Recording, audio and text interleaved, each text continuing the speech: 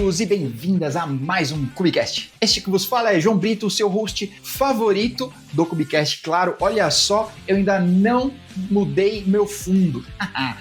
Não cai nessa piadinha, tá bom? Mas eu quero te dizer, olha, o Core está chegando, tá bom? Você deve pensar, o que é o Core, João? Eu venho falando para vocês, zero vulnerabilidades, eu vou lançar o produto. O produto vai se chamar Core. Se você acessar o site que eu sempre falo aqui, getup.io/0CVE, já vai ter lá Core. Mas agora você pode acessar diretamente Core com Q de queijo, Core. É muito chique. Core.dev, tá bom? Acessa lá, conhece um pouco mais do produto e vamos tirar essas imagens Docker Hub aí do seu Kubernetes, beleza? Chega de sofrer quando a Bitnami desativa as suas imagens.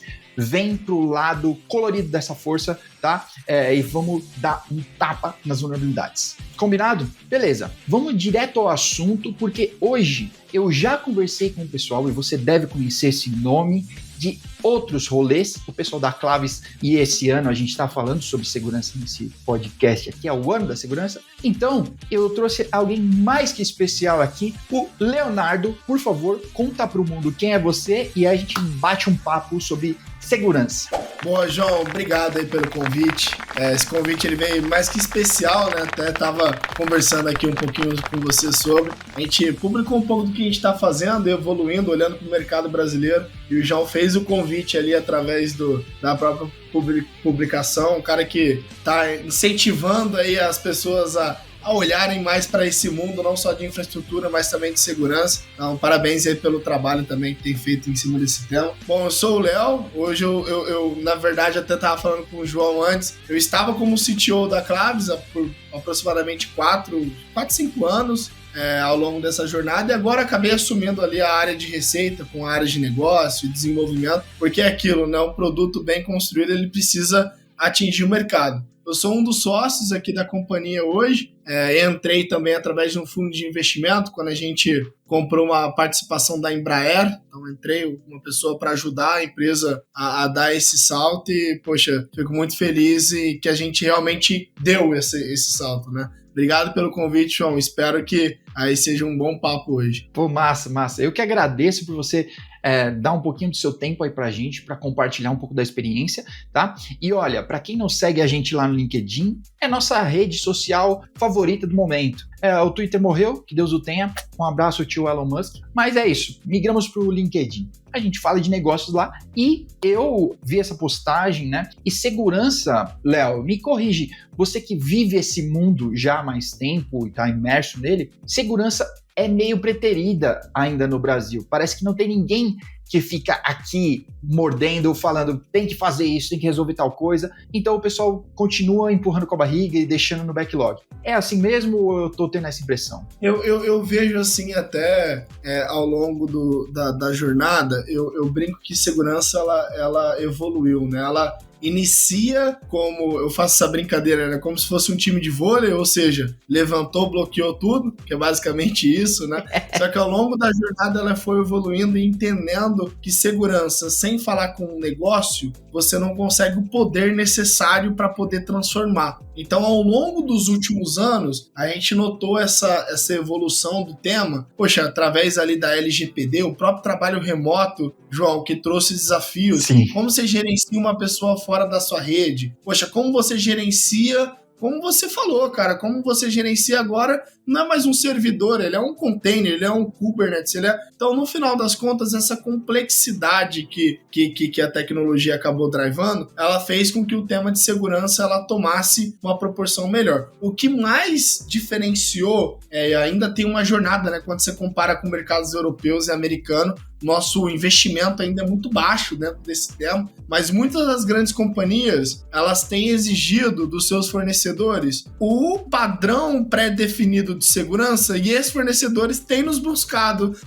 vocês, têm buscado outras empresas. Então é uma jornada, João, 5 anos atrás era praticamente zero, sim, eu tinha que ficar falando por que isso era importante, poxa, 2, 3 anos atrás ainda precisava, hoje o cara vem, não consigo fechar um contrato porque eu não passei no fluxo de análise de fornecedor, porque esse cliente que é gigante, ele exige segurança. E mais recente, com o ataque a toda a cadeia financeira brasileira, ataque à cadeia do Pix e tudo mais, aí esse tema ele realmente se tornou quente. Então é óbvio, né? Poxa, uma pena o que aconteceu ali dentro, mas às vezes tem alguns cenários que eles acabam só não mostrando a fragilidade que a gente tá. E essa fragilidade, ela exige com que a gente consiga trabalhar o tema com uma maior seriedade, né? Então essa evolução ela vem acontecendo e minha perspectiva daqui para frente é muito positiva quanto à relevância desse tema perante aos executivos, né? Todos entendam que de fato segurança não é um custo, ela é um habilitador de novos negócios, ela é um habilitador para que você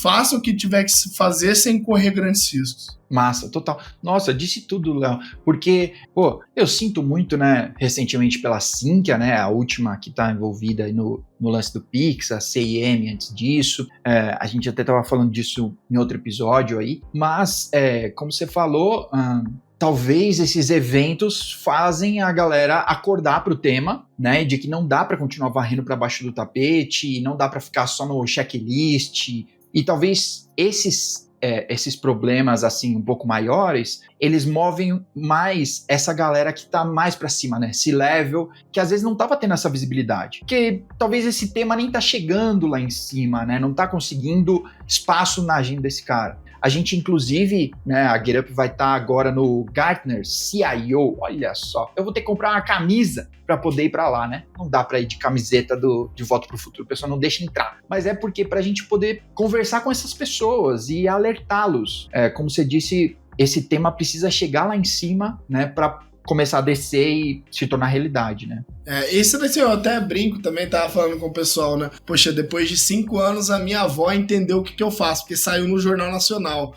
Então, é basicamente isso, né, João? Assim, a partir do momento que você vê, poxa, uma pessoa com mais de 80 anos, uma criança entendendo a fragilidade do cenário brasileiro perante a isso, aí o tema de fato ganha relevância, porque se pessoas que não têm o conhecimento técnico entendem, quem é um executivo, um C-level que vai falar agora que não é importante, entende? E isso até olhando para a própria proteção nacional, né, João? Assim, imagina, se você tem todo esse cenário de fragilidade quando olha para esse sistema, e óbvio, né, sistemas mais controlados é um ambiente muito melhor, tá? Como, por exemplo, o setor de energia, saneamento, mas para sair disso, para uma infraestrutura crítica ser afetada e afetar uma população de uma cidade ou de um determinado estado, basicamente 2 passos. Então, que bom que assim, esse movimento ele tem tornado o tema mais relevante e que as pessoas estão se movimentando para, de fato, blindar ali os seus ambientes e garantir que o negócio ele prospere de uma maneira mais segura ou de uma maneira que, pelo menos, mitigue mais os riscos associados ao seu negócio. Massa, legal. Olha, a gente acabou se encontrando ali, se esbarrando no LinkedIn por causa do lançamento de uma plataforma da Clabis. Então eu queria entender um pouco, aproveitar aqui o momento para a gente poder falar um pouco sobre essa plataforma. Vamos começar falando sobre o que é essa plataforma e o que ela pretende atacar, e o que ela já ataca, já está lançada, né? Legal, João. João, eu queria começar primeiro contando um pouco de história, assim, que eu acho que é fundamental, né? Porque quando você olha aquele problema resolvido, você fala, poxa, é óbvio, como ninguém nunca pensou nisso, né? Então, saber a história, como ninguém nunca pensou em construir um avião que vai fazer mais rápido, poxa, como ninguém nunca pensou em construir uma roda, então, quando você olha o problema resolvido, você fala, fácil, né? Mas quando você olha para a história por trás da construção, que ela é importante. Então, só para você entender mais ou menos a lógica e o que a gente viu acontecendo ao longo do mercado. O primeiro movimento foi, a Clabis, há 20 anos atrás, ela nasce, na verdade, como uma empresa de treinamento. Então, muita gente ainda conhece a gente pelos treinamentos. E por quê, João? Quando você fala ali de 2003, 2004, mal acesso à internet as pessoas tinham. Imagina a preocupação em segurança. A gente, João, tá falando 20 anos depois se segurança é realmente importante ou não. Então, imagina como era lá anteriormente. Então, a gente nasce com uma empresa focada em treinamento para conscientizar, para democratizar, para falar, olha, isso é importante. Você tá vendo o que dá para acontecer? Então é esse cenário que a gente nasce. Na sequência, a gente desdobra ali dentro e vê que a maior dificuldade do ser humano não é saber o que fazer, é fazer. Então a gente começa a agregar, poxa, fiz um treinamento de pentest, a pessoa não vai sair do treinamento fazendo. Vamos começar a fazer pentest? Vamos começar a fazer hardening? Vamos começar a fazer... Então nasce o nosso braço dentro desse cenário ali de serviço. Mas serviço eu brinco que é aquilo, né? Assim, você corta o cabelo uma vez ao mês, nem sempre acaba acontecendo. Às vezes você... É óbvio que o barbeiro não, né? Porque a gente é fiel, a gente vai sempre no mesmo barbeiro. Mas dependendo do cenário, você vai no outro que é mais barato, você vai... Então serviço é isso, é difícil tu escalar ao longo dessa jornada. E a gente saiu dentro desse cenário e ficou mais ou menos ali entre o nascimento e até aproximadamente 2015, 2016, 10 anos, nessa toada de projetos pontuais, alocação de pessoas, pentest, hardening e treinamento, né? A gente variava numa média, João, ali de 3, 4, 5 clientes, mais ou menos, pelo período, né, que você acaba fazendo. E aí, dentro desse ciclo, começa um pouco do produto. Dentro desse ciclo, a gente entra numa grande varejista. Dentro dessa grande varejista, inclusive um dos meus sócios que assumiu como CTO, o Rodrigo Montoro, e meus outros sócios, né, o Bruno Salgado e o Vitor Santos, que estavam ali dentro dessa varejista, ela percebe uma dor. Qual é a dor? O monitoramento. Então, na época, o que é feito ali, há 10 anos atrás, né? Na época, a gente constrói o primeiro protótipo do produto, que ele, de fato, era similar e funcionava como um CIEM. A gente ajudou a criar um centro de operações de segurança há 10, 11 anos atrás, construiu um CIEM, que, inclusive, nessa varejista, a gente pegava mais fraude do que a própria solução de fraude que eles tinham. E aí, assim, isso foi super legal, a gente viu que era um case legal, né? A gente não, eles viram, nem tava lá na época, eles viram que era um case super legal. A gente homologa esse produto na época como um produto estratégico de defesa. Então, significa o quê? Um pouquinho do que a gente falou.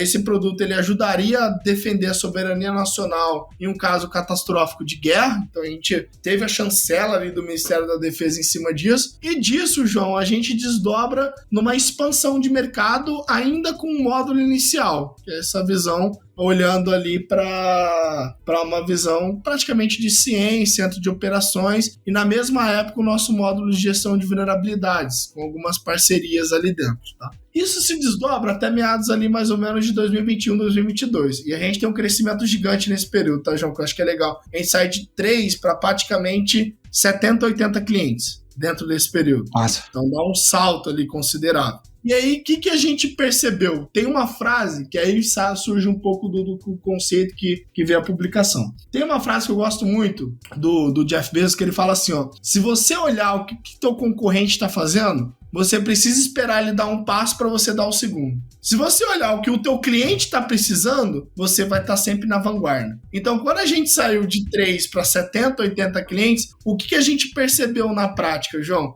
É que todo o restante do mundo, quando você olha em soluções, elas se consolidaram numa plataforma. Então, poxa, você pega lá vários carros, Uber, vários filmes, Netflix, vários produtos, um e-commerce, né?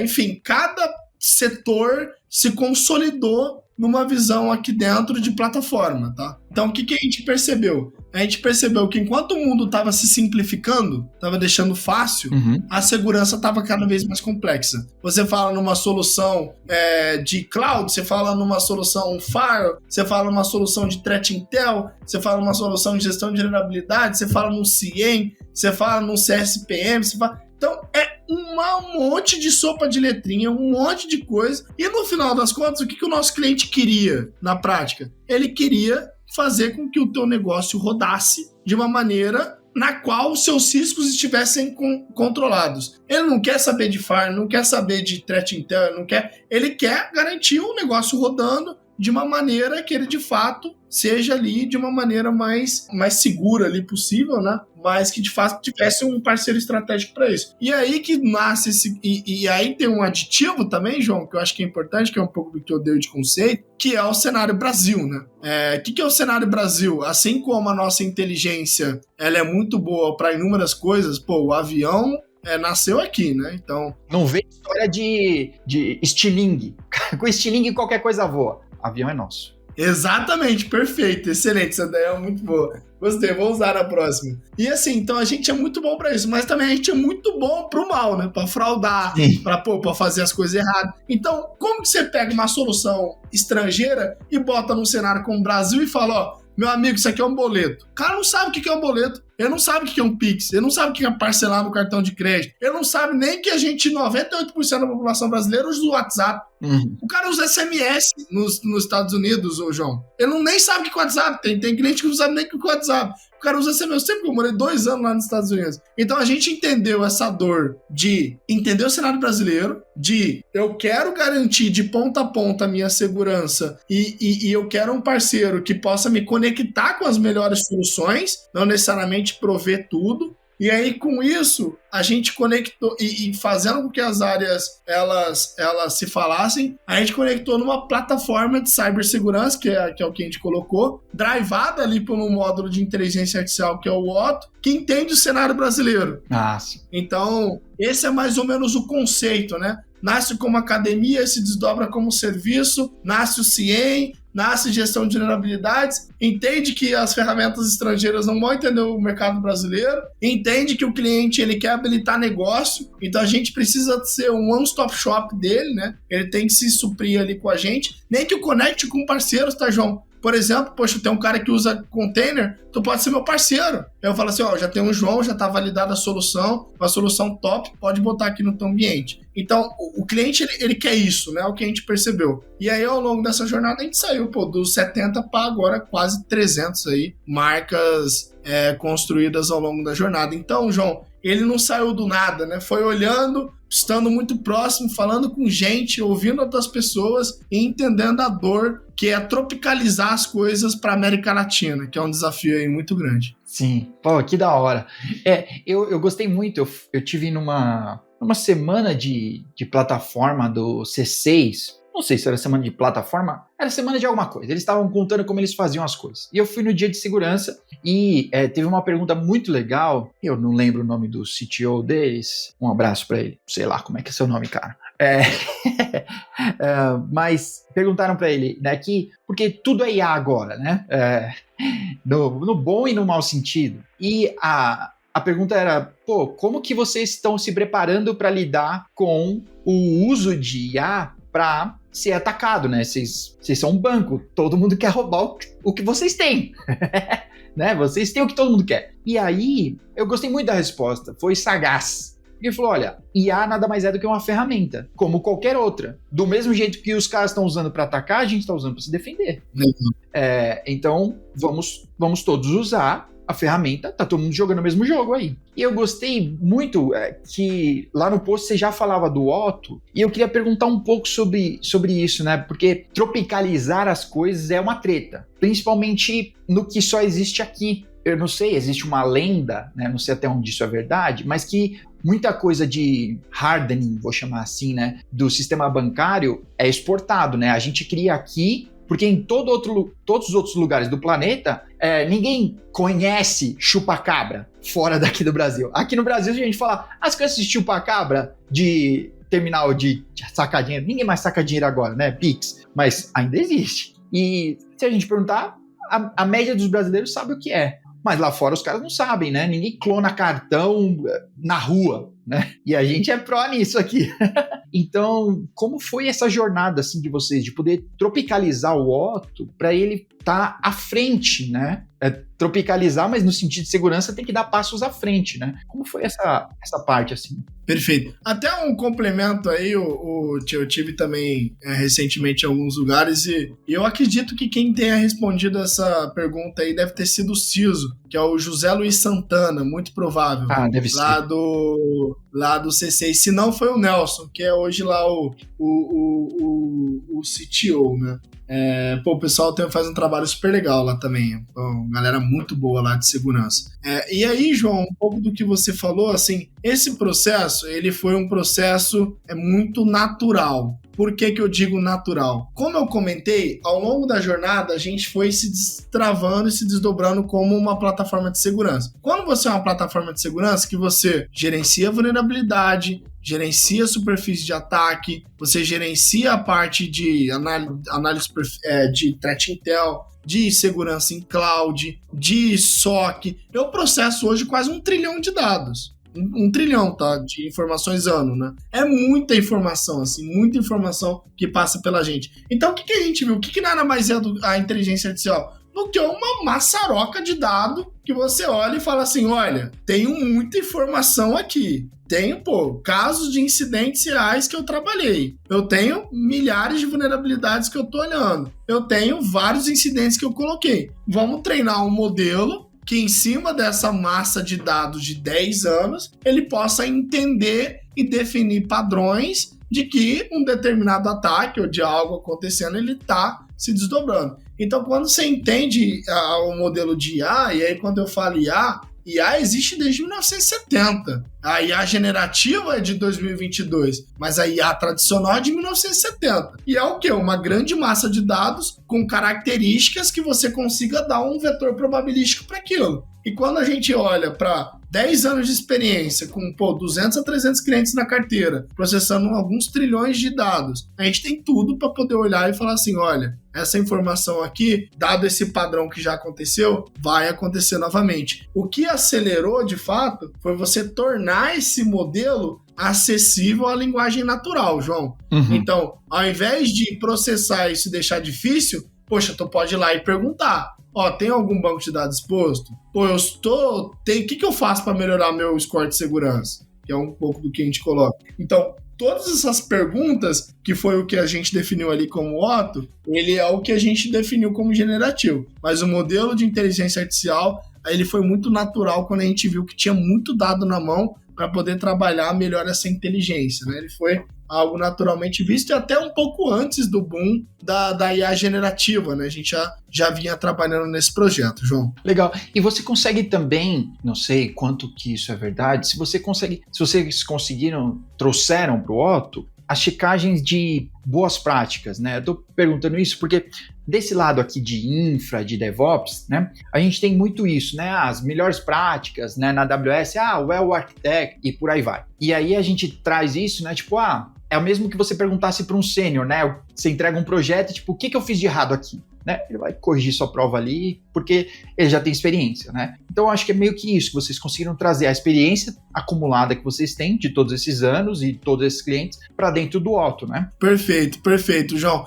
E aí, um pouco do que você falou, eu queria dar um exemplo aqui, até aproveitando o público que é mais de infra, só para entender o que é um poder de uma plataforma, né? Poxa, imagina o seguinte cenário. Olha, subi um servidor lá, um EC2 na minha AWS. Aí subi esse servidor. Cara, eu subi esse servidor com uma 22 exposta para a internet, porque eu preciso ter acesso via SSH, eu não tenho VPN. Aí o cara de infra fala, não, mas tudo bem, aqui eu tenho aqui via chave, né? Ou seja, não tem nenhum acesso via usuário, eu tenho um fail to ban. O cara dá uma sequência de justificativa para manter aquilo aberto. Até aí, se você olhar para o módulo de superfície de ataque de qualquer solução, ele pegaria. É o que você falou. Rodei lá um CSPM, ele pega uma 22 exposta. Sim. Até aí ele é um problema, João? Não necessariamente. Aceitável. Aí que começa o poder da plataforma, João. Porque você pega nesse cenário uma 22 exposta com o OpenSSH vulnerável, com o que é um bypass de autenticação,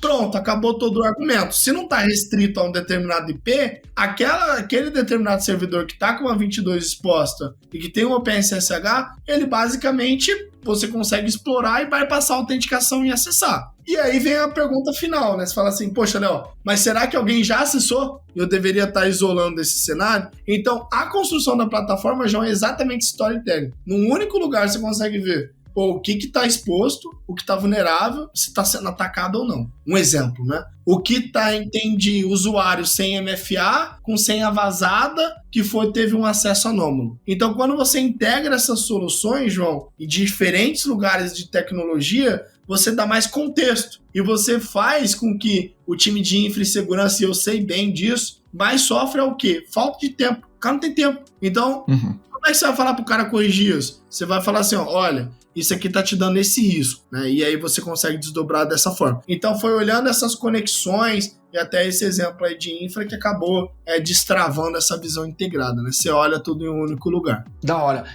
Eu gostei disso, eu tô entrando ainda nesse meio de segurança, eu não sei quase nada, né? Mas eu gosto muito desse conceito de vetor, né, de ataque, porque vetor de ataque. Vulnerabilidade dá para pegar com pá. Todo dia, meu chefe até tem postado no LinkedIn a média por dia, todo mês ele tem postado, então a última que saiu aí era 128 CVEs novas por dia. Pelo menos. No último mês. Malandro, 128 por dia não dá para resolver em 30 dias no seu ambiente.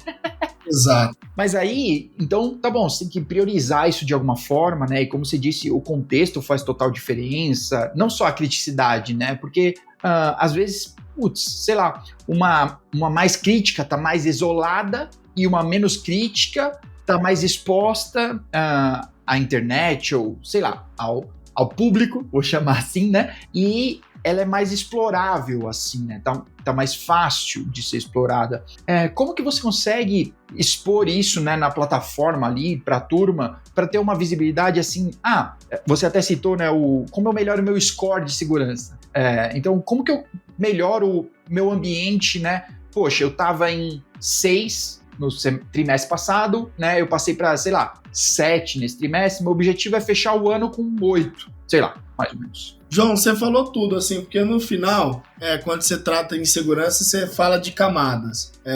Então, assim, e você fala também de uma palavra que você comentou muito bem, que é contexto. Então, por exemplo, né, imagina que você tenha um ativo que ele, tá end of life, extremamente vulnerável, só que ele tá muito isolado na rede. Você precisa de uma VPN com duplo fator de autenticação, ou você só acessa via ferramenta de PAN. É um cara que tem acesso. É crítico? É crítico, mas é muito difícil. Então, você tem que ter o impacto versus a probabilidade. O impacto é alto. Só que qual é a probabilidade? A probabilidade disso acontecer é baixa. Então, como que a gente trabalha esse tema, João? A gente trabalha esse tema muito integrado com essa visão de superfície de ataque. Então, por exemplo, com o teu domínio, com os teus IPs, eu consigo ver tudo que está exposto para a internet, que o cara acessaria de uma maneira muito mais fácil daquele determinado cenário. Isso já me dá um primeiro panorama. Se ele tem um touchpoint ali dentro, qualquer coisa que tiver vulnerável, acessível por aquela porta, ele pode, de fato, sofrer um determinado ataque. Então, assim, não ter muita coisa exposta já ajuda nesse primeiro score. O segundo ponto olhando para esse cenário, é a própria criticidade, que é o padrão ali CVSS, qual é a criticidade daquela determinada vulnerabilidade, que vai ter alguns vetores de impacto dentro daquele determinado ambiente. A gente acrescenta isso a alguns outros fatores, tá, João? O primeiro fator é um fator do EPSS, que é a probabilidade daquele ataque acontecer nos próximos 30 dias, que é um vetor probabilístico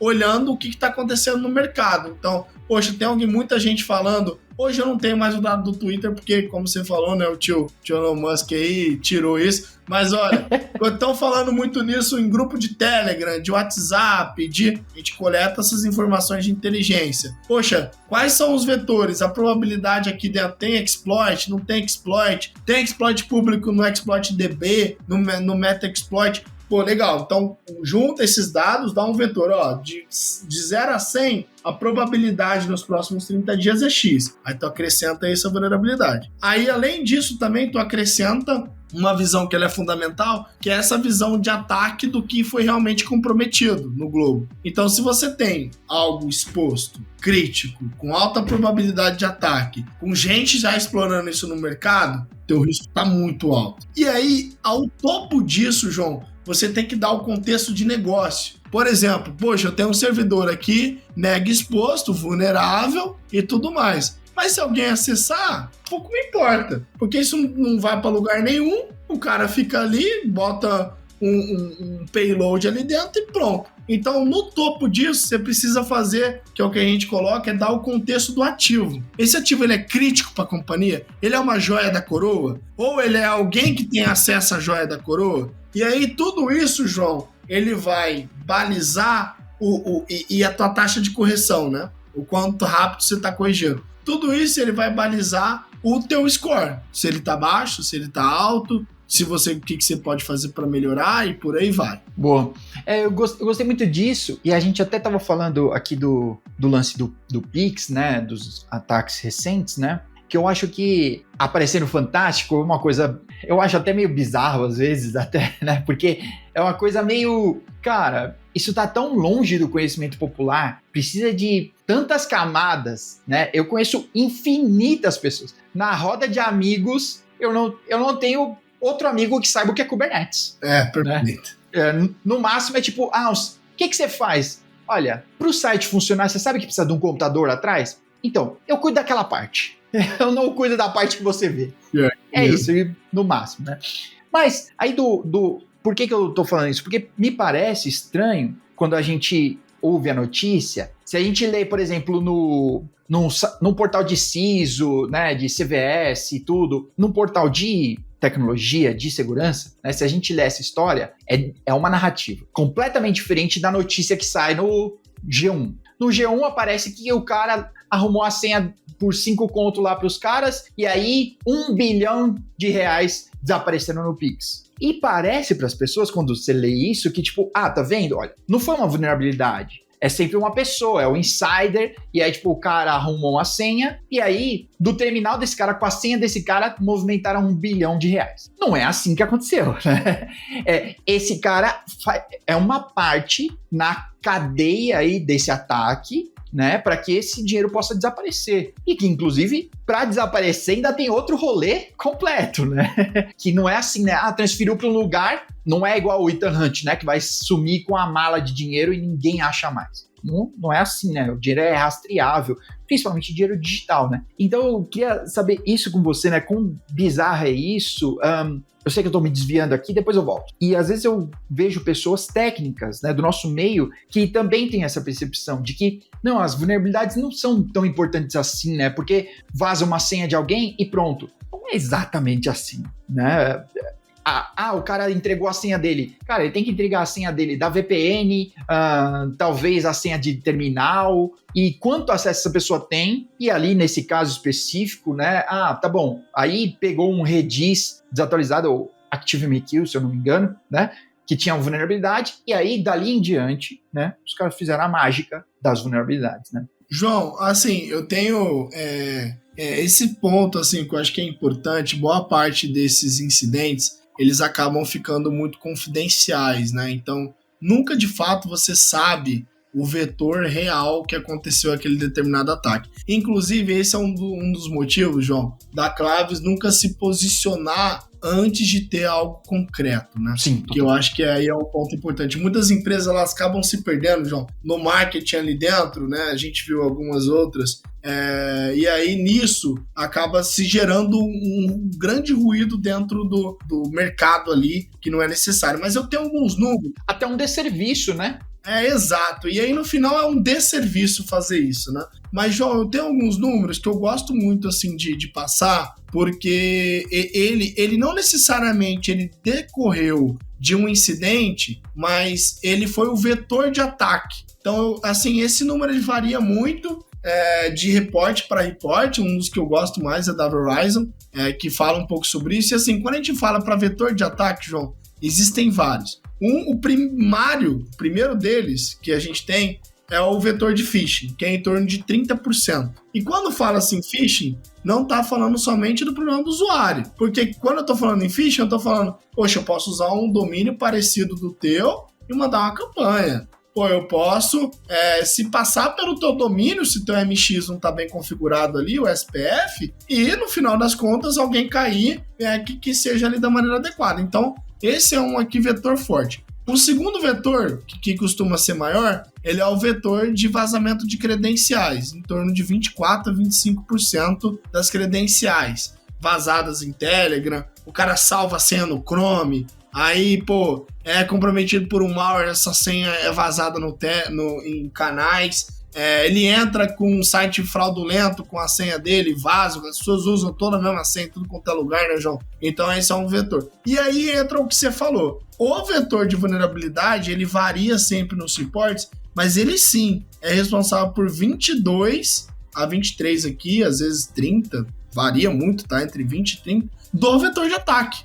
Então, do que compromete o ambiente com um ransomware, 20 a 30% vem por vulnerabilidade. Então, assim, esse é um tema, sim, importante. E complementar a isso, assim, olhando para esse cenário, depois tem a rabetinha ali, né, que são as probabilidades menores, mas logo na sequência da vulnerabilidade vem a parte de serviço externo, em torno de 13 a 15%, que é banco de dados exposto. Aí é um caos, um GitLab exposto com a senha padrão, é um caos, João. Assim, olhando para o mundo digital, ele é um caos. Então é o que você falou, João. Ele pode ter vindo por um vetor, mas é uma cadeia de sequência de coisas até dar o problema.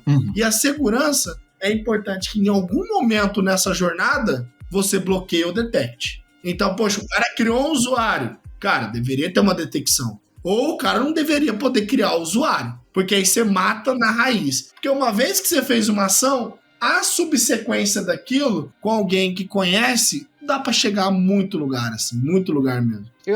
Você falou sobre isso, sobre um banco de dados exposto, um servidor, um GitLab, né? E eu acho, pelo menos a minha percepção, é que os ataques de supply chain têm aumentado bastante, né? A gente teve aí, a gente comentou até no Cubicast passado sobre um ataque que estavam fazendo no registry do GitHub, que o cara pegou um typo, né? Então é GHRC ou é GHCR, um dos dois, eu não sei exatamente. Mas ele registrou o typo, né? Então você está digitando, você vacilou, tchau, né? Você vai puxar o da dele. E o ataque do Node, né? Do NPM aí, aconteceu essa semana, né? No final de semana para cá, que foi a partir de um phishing, né? Mas o meu destaque é que parece para as pessoas, tipo, tá vendo? É só não cair no phishing. Mas não, o ataque não terminou ali. É a cadeia, né, cara? Esse é o ponto. Exato. A porta de entrada, né? Talvez, tá bom, faltava algo, né? O cara precisava do phishing para poder fazer o restante. Beleza? Não tiro o mérito do phishing. E, inclusive, parabéns pro cara. Você vai olhar o phishing. Cara, eu vejo certos ataques assim, eu acho que ele mereceu. Porque deu um puta de um trampo. O cara ralou pra caramba. Mas aí, tipo, o phishing foi só o start, né? Foi só a porta de entrada. O restante, né? Ele teve que modificar os pacotes, obfuscar, mais um monte de coisa ali. Então, os ataques, né, de supply chain têm aumentado, assim. E me parece também que a utilização, né, de código e serviço open source, né, também aumentaram vertiginosamente nas últimas décadas, década provavelmente, né, e aí a gente está meio que refém disso, mas as pessoas não, ou as empresas talvez não se atinaram a essa supply chain completa. Então eu queria saber, assim, a gente estava falando de vetor, tô tentando voltar ao tema, a gente estava falando de vetor de ataque, né, como que o Otto e a plataforma conseguem trazer isso à tona, né, pra galera, porque não é só tipo, tá bom, você pegou um NPM, né, malicioso aqui, mas tem mais um monte de coisa nessa cadeia. Até volta muito no nosso papo original, né? Quando a gente tava falando assim, poxa, Léo, como é que você vê o crescimento de cibersegurança? Um dos vetores que eu falei foi, as empresas estão exigindo dos seus fornecedores mais segurança. Por quê, João? Porque os ataques normalmente não acontecem da empresa. Ele pode vir dos seus fornecedores. Como foram vários casos recentes e inúmeros casos maiores ali dentro. E, gente, o cara não quer saber se é teu fornecedor. É o dado que vazou, é o teu dado, assim. Você que tomou a decisão de contratar aquele fornecedor sem passar por um fluxo de validação de fornecedor mais robusto. Então, João, como que a gente trabalha esse tema? Primeiro, ajudando no fluxo de validação. Por exemplo, a gente roda aqui em alguns cenários um pré-assessment a gente faz aqui, por exemplo, fornecedor muito crítico, né? A gente faz um pentest black box naquele fornecedor, a gente roda ali dentro um scan de vulnerabilidade na solução que vai ser utilizada, a gente faz um assessment de cloud, a gente roda para ver se tem dados vazados daquele determinado fornecedor e gera, você está contratando esse cara, o nível de segurança dele é muito baixo. Muitas empresas, João, pasmem aí, mas muita empresa não está contratando, tá? Quando a nota sai baixa, esse cenário. Então, essa é a primeira camada, tá? Essa é a primeira camada. A segunda camada é o próprio correlacionamento da solução. Então, algum usuário teu clicou num phishing e baixou algo malicioso, isso gera uma trilha de eventos, certo? O cara clicou, baixou algo malicioso, e tem alguém explorando a vulnerabilidade. Então lembra naquela visão de caminho do ataque que eu falei inicialmente? Ele é exatamente isso. Eu pego o e-mail malicioso chegando, que eu monitoro o e-mail, eu pego o malware sendo baixado, porque eu monitoro o EDR, eu pego o cara tentando acessar um servidor, porque eu estou monitorando o servidor. E aí essa cadeia do ataque, eu consigo falar, olha, o cara caiu no phishing, vacilou, alguém vai cair, não tem jeito, tá, João? Sim. Mas o EDR aqui não bloqueou. E aí já faz o acionamento para poder tomar aquela determinada decisão. Então conhecer esses vetores de ataque, e por isso que ter uma base de clientes relevante, ele é importante, Massa. Ele te ajuda a você criar esses caminhos do atacante. E aí você pega ele antes. Caiu no phishing? Ele caiu. Vai cair, não tem jeito. Mas tu pegou ele antes dele acessar o servidor. Então, segurança a gente fala, né? Você pode perder a batalha. Caiu no phishing, perdeu a batalha. Tu não pode perder a guerra. Que é ele cair no phishing, baixar na máquina, acessar o servidor, mapear do servidor, acessar o servidor crítico e derrubar a aplicação, criptografar tudo. Então a jornada nossa não é que o cara não perca uma batalha, porque ele vai perder, mas ele não pode de maneira alguma perder a guerra. Total. E no final das contas, para a empresa, eu acho que é um problema para a imagem, né? Ninguém quer saber se o HSBC... Olha, só tô dando um exemplo aqui, beleza? HSBC e Sinqia. Só tô usando de exemplo. Ninguém quer saber se o HSBC, né, tem o contrato e vai pegar essa grana com a Sinqia de volta, né? Através do contrato, entraram pela Sinqia, você vai ter que arcar. Ninguém quer saber disso. Todo cliente do HSBC vai ficar puto com o HSBC, vai falar, cara, é você, minha grana tá aí dentro. Exato. Essa reputação, assim, então, eu acho que o problema de supply chain é muito grande, né? É bem mais. Pensando nisso, eu queria saber se o Otto e a plataforma da Claves, se ela tem também habilidades de pentest, para que possa analisar as aplicações, né? Ou que ela tente invadir. É assim que eu imagino o pentest, né? Ela está tentando fazer algo que o hacker, genericamente, aqui vai tentar fazer. Então, como isso funciona para vocês, assim, dessa forma mais automatizada, né? Isso eu acho que é importante, assim, porque quando você fala em um pentest, em um scan de vulnerabilidades, eles têm algumas diferenças, né? E aí hoje a gente não conseguiu automatizar esse processo por completo. Eu acho difícil conseguir automatizar ele por completo. Porque muito do pentest ele envolve regra de negócio. Então, assim, você tem que entender como o negócio daquele determinado cenário funciona, aquela determinada aplicação, porque quando você olha para os erros estão no design. O negócio deveria acontecer de um jeito, ele acontece de outro, né? Um usuário não deveria escalar privilégio e ele escala. Então, a gente combina produto com serviço, João. A plataforma, ela é a combinação de produto e serviço, não é só um produto. Entendi. Ele é o combo dos dois. Então, por exemplo, eu fiz o scan de vulnerabilidades, eu reporto as vulnerabilidades. Meu time de serviços, ele fez o pentest, e óbvio, com o uso de ferramentas adicionais que ele coloca, ele pega esse resultado e imputa na plataforma. E aí eu tenho o resultado daquele determinado pentest sendo imputado dentro da plataforma. Mas eu tenho alguma ação ali que ele acaba sendo uma ação humana até para entendimento das regras de negócio e aplicação. Pode ser que no futuro a inteligência artificial supere isso. Hoje, como funciona, eu acho mais difícil. Então a gente trabalha com esse tema muito ainda orientado ao serviço, só que sempre referenciando e imputando os dados ali na plataforma. Legal.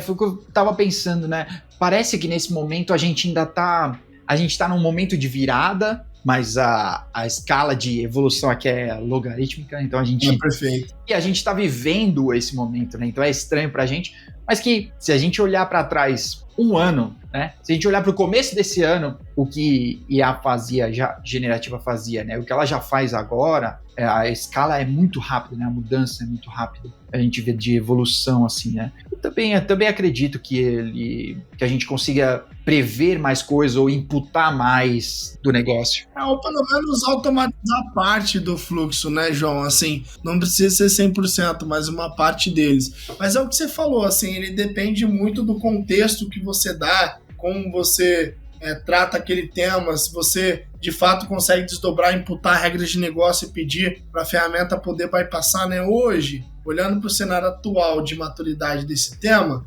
eu prefiro pecar pelo excesso e de fato ter alguém ali, um time de serviço atuando no que a gente já faz há 20 anos, então já tem um pool de testes para ser realizado. Poxa, pode ser, e isso eu acho que é extremamente disruptivo, que nos próximos 3, 4, 5 anos, isso evolua numa proporção que eu não espero isso num curto prazo, né? Então, acho que assim, é até um ponto aí relevante do nosso lado, que a gente tem um time de P&D, que um time de pesquisa, né? É tentar antecipar esses movimentos, João. Hoje é dessa forma, mas, poxa, 2, 3 anos atrás, você não conseguia entrar numa solução e basicamente ela te ditar o que faz hoje, né? Uhum. Então, poxa, se você projetar isso para os próximos 1, 2, 3 anos, o céu é um limite ali dentro. Então, basta a gente manter o nosso time de pesquisa ativo, óbvio, sempre garantindo a qualidade dos entregáveis e, tentar aí supitar um pouco na frente do mercado quanto a esses temas. Massa, que da hora. Nós vamos continuar de olho, viu, Léo? Tenho certeza que tem muito a aparecer aí de coisa nova. Eu queria saber se você tem uma dica aí para a turma.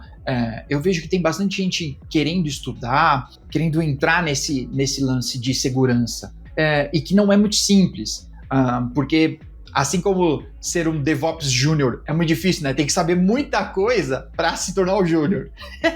Segurança eu também entendo que tá meio assim, mas uma dica para quem tá querendo entrar nesse ramo. Legal, João. Assim, um ponto que eu acho que é importante é a conexão com as pessoas certas.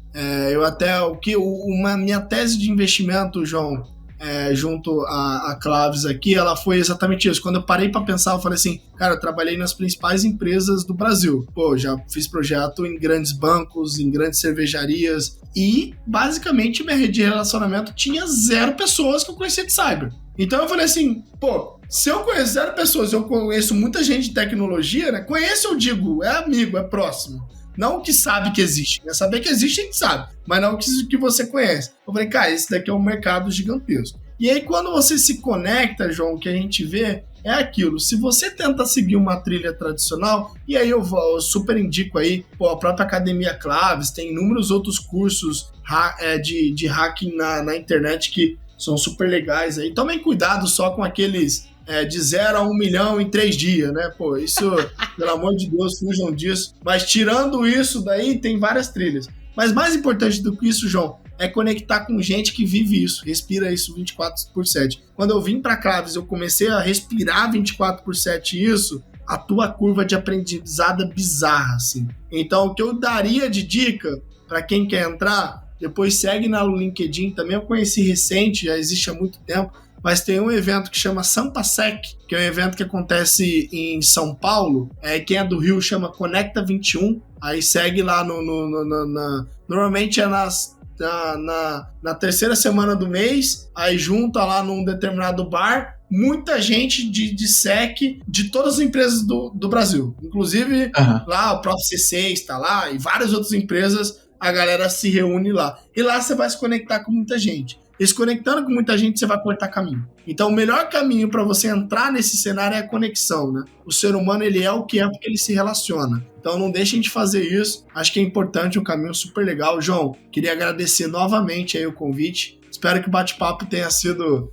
Passou que eu nem vi aqui, já quase 1 hora. Espero que quem esteja do outro lado tenha ficado até aqui, que curta aí essa jornada e que, proteja melhor aí seus negócios, garantindo que as coisas andem de uma maneira que o risco seja controlado. Com certeza, muito massa.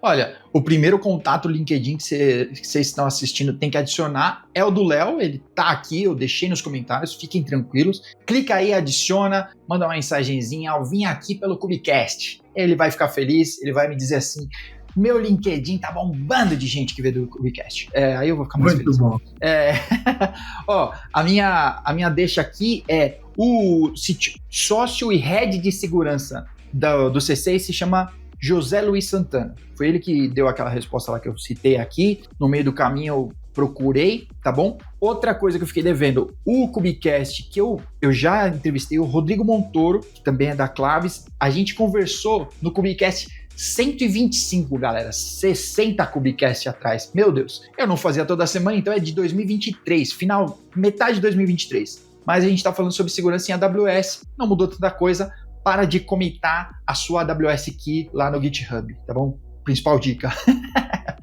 Tá?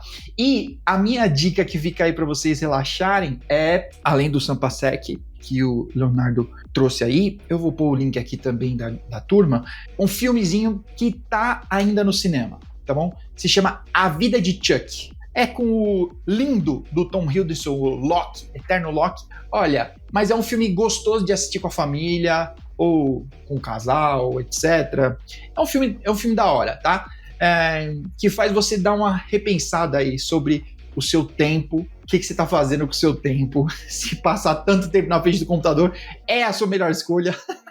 Bom, você sai do filme meio reflexivo, assim, tá? Acho que sempre vale a pena a gente refletir. Beleza? Quero aproveitar que o Léo já deu esse destaque. Galera, obrigado para quem fica até aqui. Geração TikTok que saiu lá com 15 minutos, ou que tá ouvindo em episódios. Ouve em episódios. Escutei 15 minutos. Escuta outra coisa. Escuta os próximos 15. Fica aí, tá bom? Sempre tem mais coisa para vocês aprenderem. Eu agradeço muito. Léo, se quiser deixar um recado aí pra turma, últimas palavras desse episódio, esse é o momento. Galera, assim, acho que o mais importante de deixar, assim, de visibilidade é que você... É uma ilusão você achar que tá 100% seguro, né? Isso não existe, assim. O que existe é você estar, de fato, mitigando o risco certo para garantir que o teu negócio continue acelerando da maneira correta. Então, pare de tentar falar aí coisas que as pessoas não estão entendendo e tente ajudar a trabalhar em conjunto, né? Não seja um bloqueador, seja um habilitador, porque assim você ganha uma relevância perante a empresa, você faz as coisas acontecerem e você garante que as coisas andem da maneira adequada. Então, mantenham-se aí atentos sempre e, não vamos perder essa guerra nunca. Isso aí, boa. Muito massa, Léo. Obrigado mais uma vez, obrigado pelo seu tempo. Eu sei que é escasso, obrigado por vir compartilhar com a gente um pouco da experiência. Pessoal, segue a Claves, quiser estudar, estuda na Claves. Quem estiver procurando uma vaguinha, eu sei que também tem sempre uma vaguinha ali, eles estão explodindo de cliente, então vai ter mais vaga pela frente também, beleza? Fiquem ligados para os próximos episódios, a gente se vê. Tchau!